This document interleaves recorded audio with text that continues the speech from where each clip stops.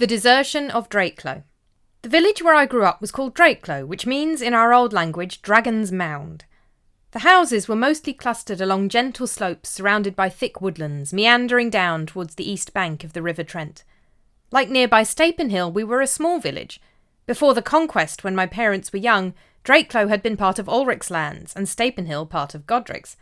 But when the Conqueror came, our manor was taken over by a Norman called Nigel de Stafford, and by the time I grew up and married, it was being run by a Poitevin Frenchman named Count Roger. Stapenhill, on the other hand, came under the control of the Abbot of Burton. The monks at the abbey claimed that it had been founded by their patron saint, an Irish noblewoman called Modwenna, who came over to England from Christian Ireland many centuries ago as a missionary, when this part of the country was under the control of pagan Angles. The monks keep her relics in the abbey, and they make a great show of praying to her and tell many stories of the miracles she has performed, both before and after her death. Even the Conqueror himself visited her when he came up this way to stamp out our grandparents' rebellion. My father told me that when the Normans first arrived, they had been afraid of the French invaders, but by the time I came of age and married, it was clear that Count Roger was by far to be preferred over the Abbot of Burton as Lord of the Manor. We used to meet quite often with serfs from Stapenhill to trade, for they grew more oats and had more cows than we did, and we had more sheep and grew more barley. And so we were able to compare our situations, and found that we had drawn the luckier lot than our friends who lived in the Abbey's manor. The rents our friends in Stapenhill were being charged for their own plots of land were extortionate, and they were being forced to work on the abbot's land 3 or 4 days a week, as well as extensive fetching and carrying of supplies for the abbey. Our Count Roger was a far more amiable landlord.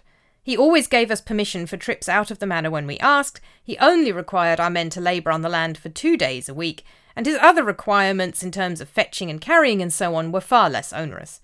He never refused permission for a wedding either, and he seemed to feel that his serfs' personal relationships were largely none of his business. I tell you all of this to show you that the initial incident was, when you think about it, inevitable. It was what happened after it that was so shocking, and that unthinkably led to the complete desertion of our home. Their names were Wulfric and Dunstan. They were both young and unmarried, and they came over in the dead of night to take up residence in an abandoned cottage on the edge of our village, between our home and that of our neighbours Cerdic and Emma. It was Emma and I who discovered them there when we went out to the well in the morning. We saw movement through a small window, and we heard them talking, so straight away we knocked on the door and demanded to know who they were and where they had come from. We knew that that cottage had been abandoned for a while.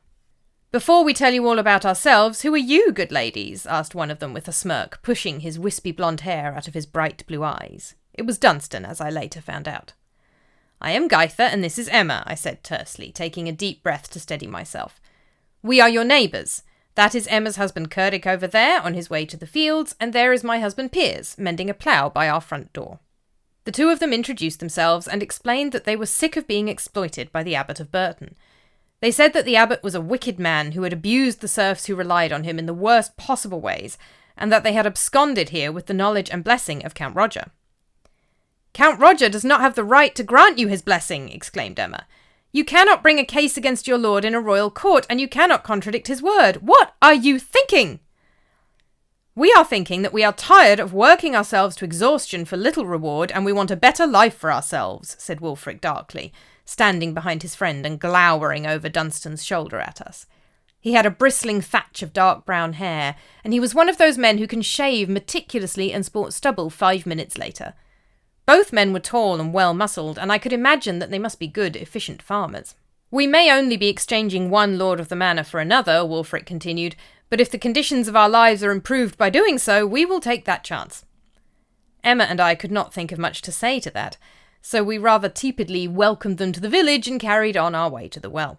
The Count himself soon came by to call on his new men, and he took them out to the tavern for a cup of ale and a bowl of pottage. The innkeeper, Drogo, was our reeve that year. The Count had stressed the importance of electing a reeve who would be both accurate and efficient in collecting our rent and paying our accounts to himself as our lord. The reeve the previous year, a serf farmer like us, had been very good at overseeing the work in the fields, but exceptionally bad at keeping the accounts in order. Drogo was well known for never forgetting a debt of so much as a halfpenny, but for being honest and fair for all that, and so he was generally held to be a good choice for the role. While Wulfric and Dunstan ate a bowl of Drogo's wife Hilda's best pottage, They told the Count all sorts of terrible things about the Abbot of Burton and what horrible abuses he had heaped upon the villagers of Stapenhill, things which the Abbot swears to this day are vile lies and calumnies. Who was in the right I cannot tell you, for I do not know. But the result was that a terrible feud rose up between the Count and the Abbot over the next several weeks, culminating in a vicious brawl that was fought between the Abbot's knights and the Count's. When the Abbot's knights emerged victorious despite being outnumbered, the Abbot claimed it was a miracle wrought by St Modwenna, and that it was directly attributable to the vigil he and the monks had been holding in front of her reliquary in their abbey. The Count was forced to admit defeat, and we all thought that would be the end of it, except that Wulfric and Dunstan were still living in Drakelow and paying their rent to the Count. It seems that the good St Modwenna was not yet satisfied. The very night that the Count's men limped home, having been bested by the Abbey's best fighters, Wulfric and Dunstan sat down in the tavern to eat a hearty bowl of bocknade stew, and dropped dead, both of them, on the spot. Neither appeared to be injured, and there was no sign of any illness whatsoever on either one of them. They were both simply dead. We sent runners to Stapenhill, and their parents arrived the next morning to take them home. They were buried in the churchyard at Stapenhill that afternoon. That evening, as dusk fell and the light was slowly fading but had not yet gone, I was standing outside my front door calling for the cat to come in for his dinner. I heard a sound coming from the road in the direction of Stapenhill, like the sound of men walking. Their footsteps were loud and plodding, as if they were carrying something heavy. I looked up, and to my horror I saw Wulfric and Dunstan walking towards me. They were stomping down the road into the village from Stapenhill, and each man carried his own wooden coffin across his shoulders, a bulk and a weight that surely no living man could have borne. Dunstan's wispy blonde hair flew around the hard edge of the wood as he walked with his head bowed, while Wulfric's messy bushel of dark hair and eternal stubble cast the shadow of the box as it fell on him even deeper.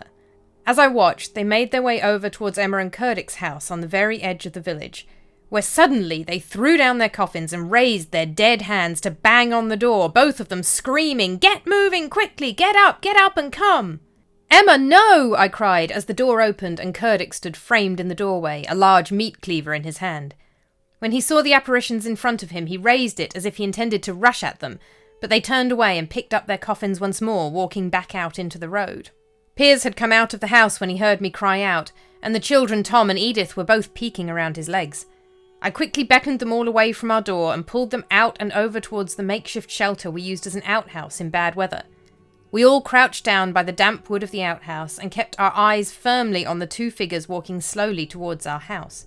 The cat turned up, looking for his dinner, but he took one look at our visitors and let out an almighty screech, hissing and spitting hairballs at them. I whistled for him and he ran over to us and rubbed himself up and down my skirts in agitation. Meanwhile, Wulfric and Dunstan repeated their performance from Curdic and Emma's home at our door, slamming their knuckles into both door and door frame and screaming at the empty house, "Get moving, quickly! Get up and come!" They got no answer, of course, and they picked up their coffins once more and moved on down the road into the village. We could hear them stopping and knocking and shouting at every door they passed on their way until they had disturbed every household in Drakelow. When some time had passed and we dared to go back inside our cottage, we did not let the fire burn down that evening, but huddled around it together, the cat too, keeping as much warmth and light in the room as we could until the sun rose the next morning.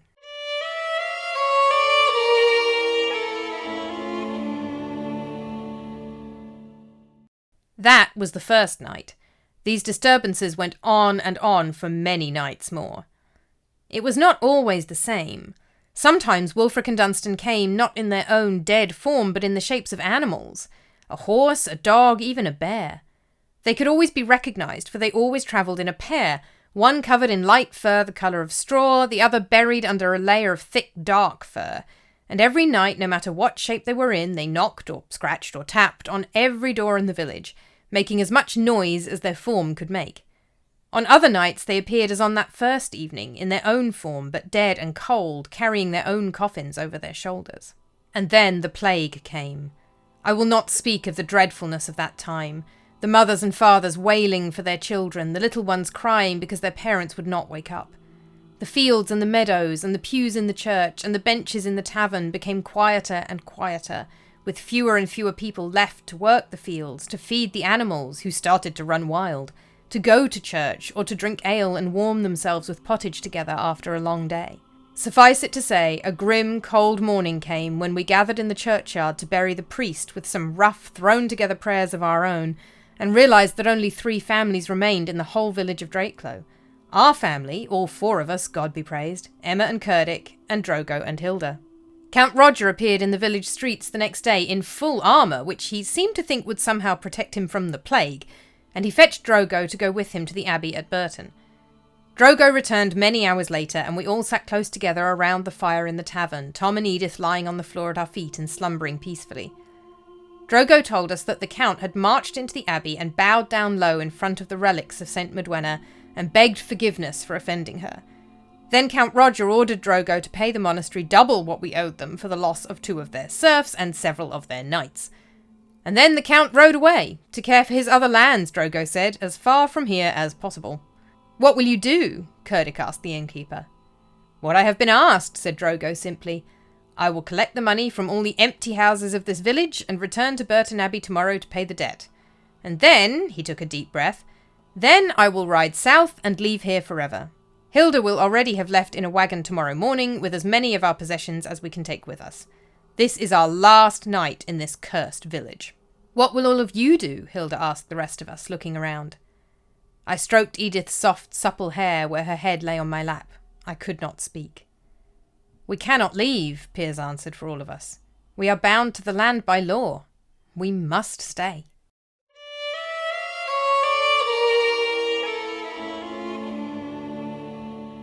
The following weeks were, if anything, even worse than what had gone before. We were the only people left alive in the village. We no longer had access to a priest, an innkeeper, a carpenter, or a miller. And despite the Count's prayers and the enormous amount of money that had been paid to the abbey, within days of Drogo's departure, both Piers and Cerdic fell ill. Emma and I chose one of the bigger cottages further inside the village, where the family had died early on in the plague and the building now seemed clean enough. We moved all of us into that one cottage together, even Emma's dog and our cat, against both animals' protestations. We set up beds for Piers and Cerdic around the fire, and told Tom and Edith it was their job to care for them. And then Emma and I went out to work in the fields, feeding and caring for the animals, chasing away crows from the crops and keeping the weeds under control. But harvest was fast approaching, and we knew there was no possible way we could do the whole harvest by ourselves. And all the while, Wulfric and Dunstan continued to march through the empty streets and past all the empty cottages every night, banging on every door, including ours, and yelling at us to get up and get out. Finally, we could take the torture no more. One sunny September morning, with the permission of the priest at Stapenhill, we left our sick husbands in the care of my children and marched out to the churchyard in the neighbouring village, where we dug up the bodies of Wulfric and Dunstan. It was long, hard work, for no one else wanted to come close to the cursed graves to help us, but by early afternoon we had done it. Our shovels hit the wooden planks of the coffins we had seen so many times before in their spectral form. We pried the lids off the coffins, relieved to find the nails gave way fairly easily, for the wood was rotting. As we exposed the bodies, we found them in a strange state. The corpses had not decomposed much, and they were more or less intact, with a waxy sheen over the flesh. But the linen wrappings covering their faces were stained bright red with blood. We did not choose to lift these to find out why or how that had happened. We had come well prepared with axes and meat cleavers. We cut the heads off the bodies, linen wrappings and all, and placed the heads between the legs of the corpses. Then we cut out both their hearts before returning them to their coffins and reburying them in the earth. We brought the hearts home with us, and the following day we built them a small pyre and burned them. We watched the flames from morning until evening, until the organs were almost completely burnt away. Finally, as twilight approached, the tiny blackened lumps that were all that was left of Wulfric and Dunstan's hearts cracked open with a shattering sound, like the release of immense pressure in a storm. A black creature in the shape of a crow flew up from the fire, untouched by the flames, squawking and angry. "What is it, Mama?" cried Tom, who was watching nervously from the doorway of the cottage. "An evil spirit, I think," I told him. "This must be the thing that has caused us all so much grief and heartache."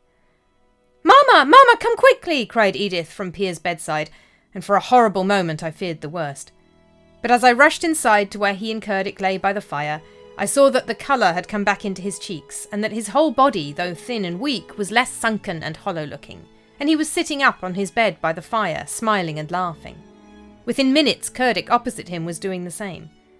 That night, as we all six cuddled together by the fire with the cat asleep over my feet and the dog watching the door, we all gave thanks to God, though not, I should say, to St Modwenna, that by some miracle we had escaped the fate that took all the rest of our friends and neighbours.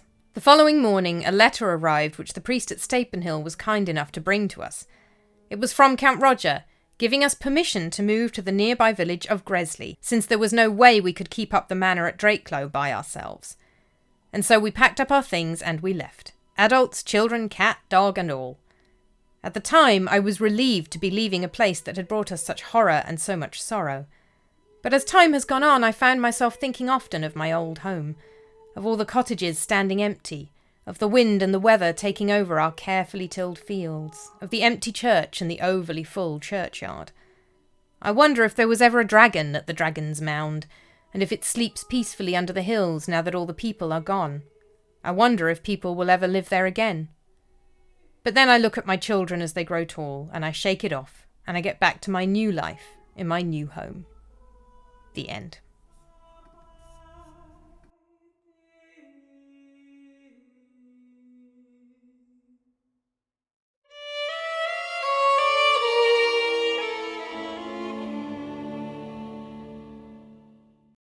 Welcome back to Creepy Classics, the podcast retelling ancient, medieval and early modern ghost stories. I'm Juliet Harrison.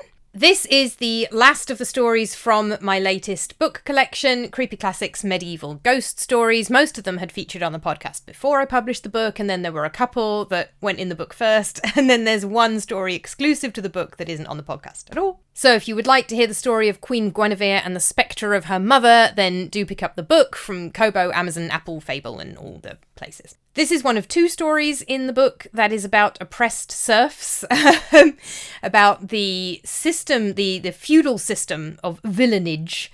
I'm trying to kind of get across the spelling of some of these words in an audio podcast, which is kind of impossible.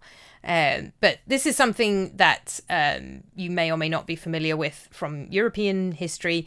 It is the system whereby many peasants or serfs, are the usual terms used, were forced to work as unfree labourers. We use terms like unfree to separate serfdom from slavery, and especially chattel slavery. If you say slavery, a lot of people will picture chattel slavery, which is the buying and selling of human beings as if they were tools. There are other forms of slavery as well, and slavery and serfdom are very closely connected, but slightly different things.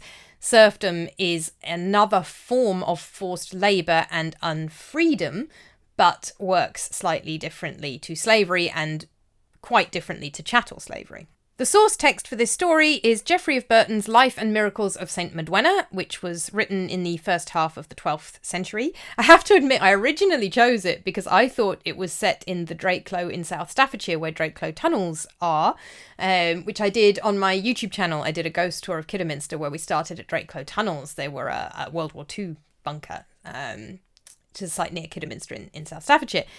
And it turned out to be a completely different Drakelow in a different part of Staffordshire, but the story was quite interesting anyway. It takes place only a few decades after William the Conqueror took over England in 1066, so that is the Conqueror referred to in the story. Most of the characters in the story don't have names in Geoffrey of Burton's text, so I had to make up all their names. So I made sure to give them all Anglo-Saxon rather than French or Norman names. Now, Anglo-Saxon is a term invented in the Victorian period. The peoples who invaded England in the early medieval period were Angles, Saxons and Jutes. But by the time we get to the invasion of William the Conqueror, we've got a population that's mixed Angles, Saxons, a few Jutes, and quite a lot of Vikings in England. So Anglo-Saxon serves as a term to cover people who are not Normans. So they all have these Germanic, basically, Anglo-Saxon names. Drogo is given a name in the story. Drogo is actually named from the story. I didn't name him after Frodo's dad. That is actually the person's name. The real-life person from real life was called Drogo. It is a Germanic Anglo-Saxon name. I did choose the name Gaither, which is obviously the name of Nanny Ogg, Gaither Ogg from Terry Pratchett's Discworld. I did choose that one. Count Roger was a real person, and so was Nigel de Stafford. I would not have chosen Roger or Nigel because they sound a little bit strange next to the other names, but those are the real names of the real people. And of course, Count Roger's name is Norman, so I was avoiding French or Norman-derived names. The Normans are Vikings living in northern France, but by this point they speak Norman French, which is a form of French. And later on in the medieval period, you start seeing more and more names derived from French or Norman French throughout England. But in this period, all the peasants still have Anglo-Saxon names. Interestingly, the laying of the ghosts, cutting off the heads and putting them between the legs, is still following ancient Germanic and other Northern European practices. Cutting off the corpse's head and placing it between the legs or bottom cheeks of the body is known from some Old Norse sagas, as well as from archaeological evidence going all the way back to late Roman Britain, suggesting it has its roots in either Roman or Celtic culture, but then it's also seen in Norse culture, so maybe just kind of Northern European, Celtic, Germanic, Norse cultures. Maybe this was a common practice. But anyway, it is interesting to see that being done in this story, so written down first half of the 12th century and taking place kind of tail end of the 11th. And you can compare that with the very different laying of the ghost from the later similar ghost story that also appears in the book and that has been on the podcast previously. I think I did it for Halloween last October. A ghost story from the Byland Abbey stories from later on in the medieval period. That one is under the title Looking for Absolution on the podcast, if you want to go back and listen to the episode. And that has a much more firmly late medieval method of laying the ghost, which is get a priest to absolve its sins. You got to call in the priest, and the priest has to absolve the ghost of its sins and release the ghost from purgatory, usually. And later medieval ghost stories, most of the time laying the ghost will involve calling in a priest or performing that kind of ritual. Whereas this one, I mean, the priest is dead. There is a priest at Stapenhill that could have got to do it. But they don't require a priest. And of course, in some of the Old Norse Icelandic sagas, they haven't necessarily got easy access to a priest, depending where they're living and how recently it's been settled. So it doesn't require a priest, and it's much more physical and less spiritual, I guess. The subject of the actual text, St Modwenna, was, according to her legend, an Irish noblewoman who became an abbess and founded Burton Abbey, along with a couple of other churches, while travelling to Rome on a pilgrimage. So presumably she's come from Ireland through England, maybe if she's come from like the north part of Ireland and then through, I guess, southern Scotland and northern England, and then heading down to cross the English Channel, presumably. There had been a shrine to her at a church she founded on an island in the River Trent, but it was destroyed by Vikings. Burton Abbey was actually established in 1002 or 1002 by a Saxon nobleman called Wulfric Spot. I took the name Wulfric, of course, for one of my dead people. This is a different Wulfric, and he is apparently really called Wulfric Spot, like the dog. And some of her relics were kept there, so this is her alleged remains, which in medieval cult of the saints are often thought to have really almost magical powers. This is part of the genre of hagiography, which is generally writing about saints, from the Greek hagios, holy, and grapho, I write. So generally it can refer to a wide range of writing about the saints, and in particular biographies of saints' lives.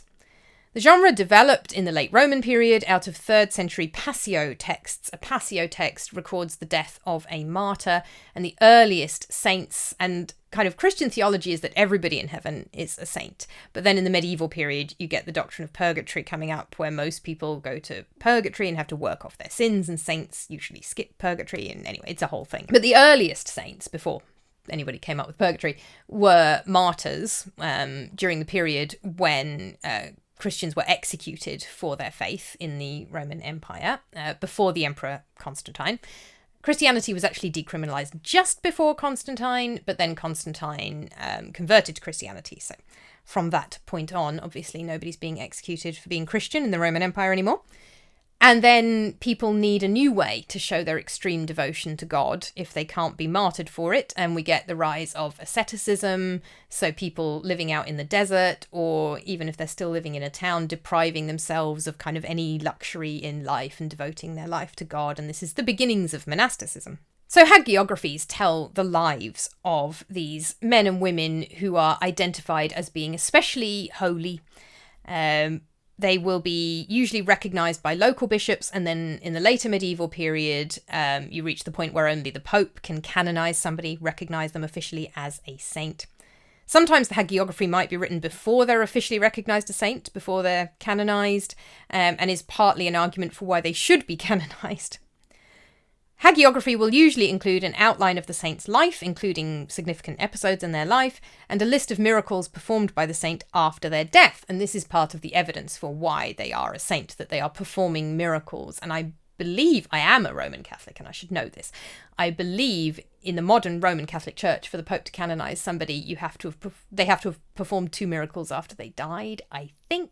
Saints' lives and hagiographies were incredibly popular in the medieval period. It was part of the broader cult of saints, the veneration of saints' relics, the belief that saints' relics, this is bits of their dead bodies, basically. You could get other types of relic. Jesus doesn't have a dead body because it was taken up to heaven in Christian stories. So pieces of the cross he was crucified on are used instead.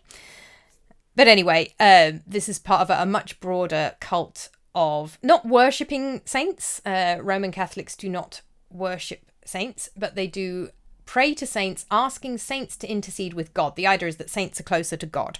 So you ask the saint to put in a good word for you with God, basically. And the veneration of saints, if not outright worship, reached a kind of peak in the medieval period. And the Golden Legend by Jacobus de Varenne, I'm not quite sure how to pronounce that name, because Jacobus looks Latin and would be Jacobus, but then Varenne looks French, which would suggest a je. Anyway, he lived in the 13th century, and the Golden Legend was the most frequently copied and published book in medieval Europe next to the Bible, so these are incredibly popular.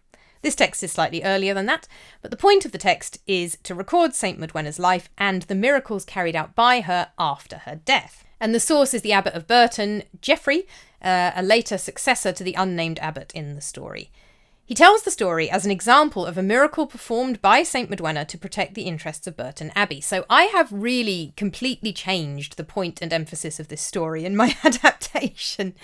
Geoffrey's point is St Modwenna is an amazing saint and she performed miracles after her death, and one of them was that she ensured the defeat of Count Roger and his men when they took our serfs from us, and then there was this battle and she made sure that the abbey won even though we had fewer people, and then there was this curse on the village, and anyway, the whole story is meant to be about how amazing St Modwenna is. Reading between the lines, it looks to me like the 2 unnamed serfs or villeins who absconded to Count Roger's lands had a serious complaint against the unnamed abbot. We also have historical evidence of the abbey at Burton charging very high rates of rent. Then you put that together with lots of other kind of middle to late medieval stories about corrupt churchmen. So Chaucer has several corrupt churchmen in the Canterbury Tales. There is a recurring theme of corrupt abbots and prioresses in the earlier stories of Robin Hood. And looking at that, reading between the lines, looks to me like what actually happened here, because this is a historical story written really not long after the event. Now, obviously, you can doubt some of the details, but the basics of these 2 serfs absconding and the fight between the abbot and Count Roger and the desertion of the village and the plague, there is a historical core to this, and it was written down really not very long afterwards by ancient and medieval standards. It looks to me like this is the story of a corrupt abbot exploiting the serfs under his power and being angry when 2 of them tried to escape. So, for that reason, I chose to tell the story from the point of view of one of the serfs. And then I chose to tell it from the point of view of a woman, partly because in Geoffrey's story, towards the end, he says there were 2 peasants left in the village who were sick and who got permission from the bishop to exhume the bodies of the original 2 who had absconded, so the ones I have named Wulfric and Dunstan. Now, Geoffrey says the men were sick, and he also refers to entire families as peasants. He says duo rustici in Latin, duo rustici, duo rustici. This literally means 2 peasants. But he seems to be suggesting that it's 2 families who are left, not 2 individuals. So I decided the most logical way to interpret this would be to have the men be sick, so they're too ill to go and exhume bodies, which is quite hard work, I'm given to understand. And then their wives actually do the physical labour of exhuming the bodies, and that kind of then fit with the text on the assumption that two peasants actually means two families. So the heads of the household, as it were, I made fall ill, and then the wives actually get the work done. I've talked about the status of medieval serfs before when we covered the Byland Abbey story, so I won't go into quite as much detail. Again, obviously do go back and listen to that episode, but just as a more brief reminder of the main points that are important for understanding this story. Serfs are legally unfree. They are subject to the will of the Lord of the Manor. So in this story, the Lord of the Manor of Drakelow is Count Roger, and the Lord of the Manor in Stapenhill is the Abbot of Burton. It could be a rich nobleman, it could be an abbot. Very, very rich churchmen were on the same social level as noblemen. Villeins or serfs work the Lord's land for him, normally 3 days a week, plus set tasks like ploughing and harrowing, depending on the time of year. In return, they have the use of an acre or two of land, for which they have to pay rent. And again, obviously, some lords would be charging extortionate rent, potentially. Whatever they produce legally belongs to the lord, and legally they own nothing, which is very similar to various forms of slavery. When the serf dies, their heir has to give the lord what's called a heriot, which is their best animal or most valuable chattel. And they can't leave the manor for more than a day without permission. They are tied to the land that they live and work on. If a daughter marries out of the manor, by the way, is the name for that area of land, not just the house. The manor house is the house where the lord lives in the middle of the manor. If a daughter marries out of the manor or a widow refuses to marry, they can be fined, or the widow can even be imprisoned. So the lord of the manor has control over their freedom of movement or lack thereof, over their marriages, over how much rent they have to pay, over the work they do. This is why we call it kind of forced labour, unfreedom.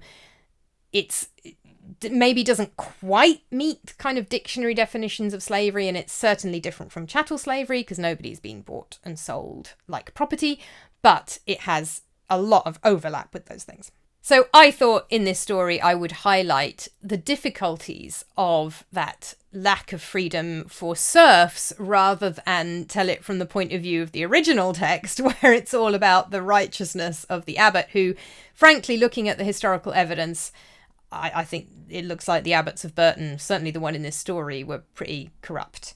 And I also suspect that they may have had all sorts of horrible complaints against the abbot that haven't been recorded in the story and that I have chosen to only hint at in mine. There's a lot of very nasty things that could go on in this system because serfs could not speak against their lord in any kind of court.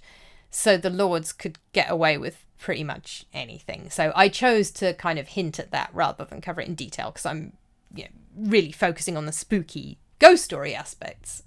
But I wanted to at least acknowledge that as well. If you're interested in the history and in this story, the story itself is reproduced in English translation in the Penguin Book of the Undead, 1500 Years of Supernatural Encounters, edited by Scott G. Bruce. I also consulted Ian Mortimer's The Time Traveller's Guide to Medieval England, which is always my go-to on life in medieval England. There are a couple of very good online articles, one from Leiden Medievalist's blog on how to be a saint, a medieval guide to sanctity, and one from Burton-on-Trent's just official website from burtonontrent.org.uk on the history of St Modwenna. I also had a look at Medieval Folklore, a guide to myths, legends, tales, beliefs and customs, edited by Carl Lindahl, John McNamara and John Lindow. And Medieval Hagiography and Anthology, particularly I was looking at the introduction to that book, edited by Thomas Head. Thank you so much for listening. If you would like to support the podcast, please do consider signing up for my Patreon. You get a written ghost story from a 19th or 20th century source each month. So on this podcast, I stop at basically about 1815.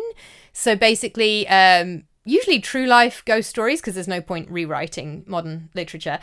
It's already quite readable. So real life ghost stories from the 19th and 20th centuries that I have adapted and fictionalized into short stories. That's as a PDF once a month. And you also get dog walking vlogs with a kind of history vibe and theme to them in English, usually English countryside, British countryside. I might do a Welsh one next month. And of course, do check out my YouTube channel, Classical JG. I have a new YouTube channel because I am insane. Looking at learning Irish and Welsh languages, so learn along with me. I'm a beginner in those languages, which if you're interested, do check that out as well. That one's just under my name, Juliet Harrisson, Juliet, 2 T's, 2 E's, Harrisson, 2 R's, 2 S's. That's how to find the Patreon as well, of course, is Harrisson, 2 R's, 2 S's. Juliet, 2 T's, 2 E's. You look up that, there's only 2 of us in this world, as far as I can tell. So the British one is me. And of course, if you would like a hard copy of the stories from the podcast, then do pick up one of the books. They are available in paperback from Barnes & Noble or from Amazon, and I think some of them from Waterstones. Or, of course, you can get them in ebook. It's the Creepy Classics series. Ghost Stories from Ancient Rome, Ghost Stories from Ancient Greece, Medieval Ghost Stories, and Haunting Tales for Winter. In the meantime, thank you again, and I'll see you soon. Creepy Classics was written and performed by Juliet Harrisson. Music composed and performed by Ed Harrisson, with vocals by Olivia Knops, and it was produced by Juliet Harrisson.